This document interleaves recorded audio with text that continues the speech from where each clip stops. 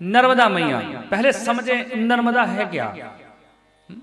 कई जगह शास्त्र में यह भी वर्णन आता है कि हमारी जो नदियां हैं वो कई नदियां नर हैं और कई मादा हैं।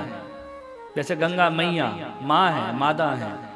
और कई नदियां ऐसी है जो नर का भाव है, कई नर है और कई मादा है। और माता नर्मदा जो है तो ये नर ही है ना मादा ही है, ये नर्मदा है, तो इसका नाम नर्मदा पड़ा। ऐसा भी वर्णन कई जगह मैंने सुना है। यह भी कहा जाता है कि अमरकंटक पर्वत से माता नर्मदा प्रारंभ होती है। और नर्मदा के बारे में इतना तक कहा जाता है कि भगवान शिव और माता पार्वती एक बार तपस्या करने आए। दोनों अमरकंटक पर्वत पर विराजमान हुए। भयंकर तपस्या भगवान शिव ने यहां पर की।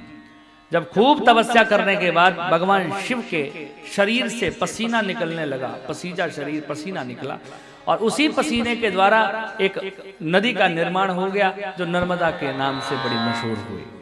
जब भगवान शिव तपस्या कर कर उठने लगे और चलने लगे तो ये जो नर्मदा थी ये हाथ जोड़कर भगवान शिव के सामने प्रकट हो गई और कहने लगे कि हे प्रभु, आपके शरीर से मेरा प्रादुर्भाव हुआ है, परंतु प्रभु मैं आपके शरीर का पसीना हूं। लोग मुझे मानेंगे नहीं, धिक्कारहीन भावना से देखेंगे, इसलिए प्रभु मुझ पर कृपा करो।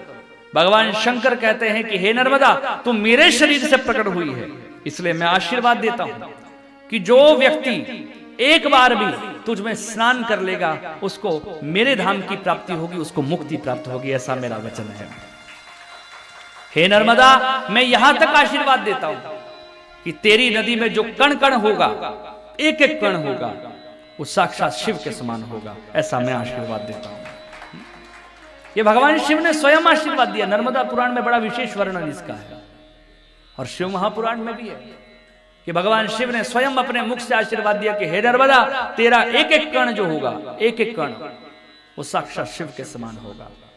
साथ में हे नर्मदा, जो तेरा कण होगा, अगर कोई व्यक्ति उसको ले जाएगा तो उस शिवलिंग को प्रतिष्ठा करने की कोई भी आवश्यकता नहीं होगी।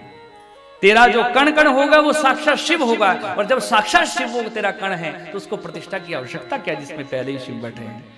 इसलिए जब भी आप नर्मदा जी जाएं तो वहां से अगर थोड़ा भी आप कण लेकर आ जाएं, कोई शिवलिंग लेकर आ जाए, तो उसको प्रतिष्ठा की कोई आवश्यकता नहीं है। आप विधिवत पूजा करना चाहे आराम से पूजा करो, क्योंकि नर्मदा का कण कण प्रतिष्ठित है।